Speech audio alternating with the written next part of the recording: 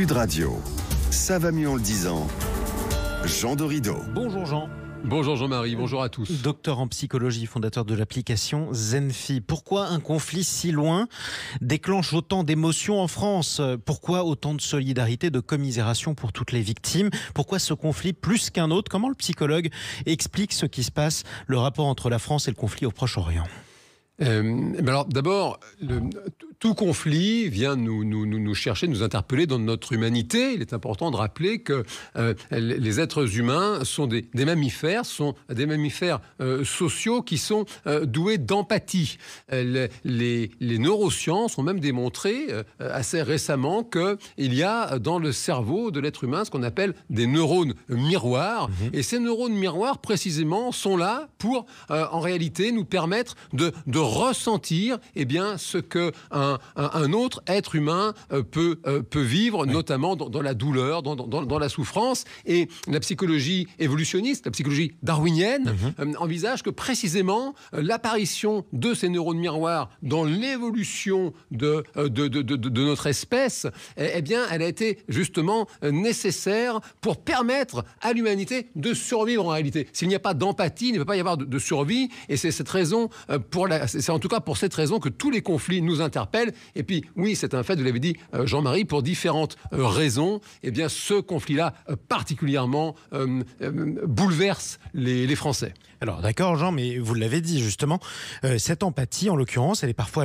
à géométrie variable. Chacun, selon son orientation politique, sa religion, parfois ses origines aussi, n'accueille pas de la même façon les morts, qu'ils soient d'un côté ou de l'autre. Ça s'explique comment ? Alors là-dessus, pour continuer dans la psychologie, nous sommes des mammifères sociaux organisés. Organisés, ça veut dire quoi? Ça veut dire que, là aussi, depuis la nuit des temps, pour des raisons de survie de l'espèce, l'être humain s'est rassemblé dans des groupes d'appartenance. Nos ancêtres étaient chasseurs-cueilleurs, ils étaient nomades, ils vivaient sous forme de clans. Et alors ça, c'est un psychologue américain qui l'a démontré déjà dans les années 50, Muzaffer Sherif. Il a travaillé sur ce qu'on appelle la théorie des groupes minimum. Il a montré que dès que vous mettez des personnes différentes dans deux groupes différents, immédiatement, il y a de l'hostilité qui apparaît entre les groupes. Il a même fait ça avec des enfants qui étaient en colonie de vacances. Il a montré que dès que vous faites deux groupes distincts, mécaniquement, il y a de l'hostilité. Et donc, cette hostilité, si vous voulez, elle passe précisément par favoriser les membres de son groupe d'appartenance. On parle d'endogroupe en psychologie, aux dépens de l'exogroupe, avec même un phénomène qui a été mis en lumière par les psychologues modernes, qui est un phénomène d'infra-humanisation. Oui, et c'est la raison pour laquelle certains s'émeuvent davantage pour les victimes palestiniennes et d'autres pour les victimes israéliennes, au-delà de la politique. Alors ce phénomène d'infra-humanisation dont vous parlez, que vous venez de m'apprendre d'ailleurs, en tout cas le terme, il consiste en quoi ? Comme son nom l'indique, si vous voulez, dès que vous mettez des individus membres d'un groupe par rapport à des individus membres d'un groupe extérieur, sans que personne ne s'en rende compte, il y a un phénomène, c'est de la mécanique, qui fait que les membres de l'exogroupe sont considérés un peu moins humains que les autres.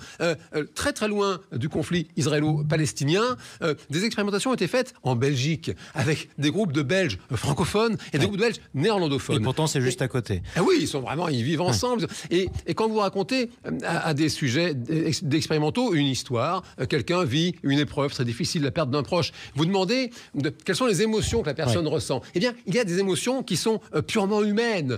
La mélancolie, la nostalgie. Alors qu'il y a des émotions qui sont communes au genre humain tout entier. La peur. Cette infra-humanisation, elle commence là. Les membres de l'exogroupe ont moins d'émotions purement humaines que les membres de l'endogroupe.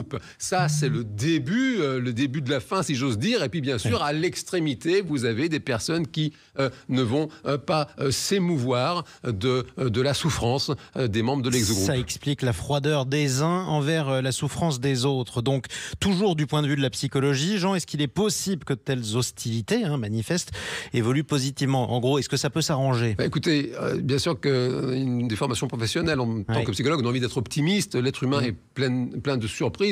Pour le pire, certes, on peut l'espérer parfois pour le meilleur et on ne peut que souhaiter, bien sûr, une issue par le haut de cette tragédie. Oui, enfin, on verra ça, malheureusement. Merci beaucoup, Jean Dorido. Je rappelle votre livre, tiens, on va essayer de surmonter le moral avec. Le bonheur est une science exacte. C'est publié chez Larousse. À bientôt. À bientôt, Jean-Marie.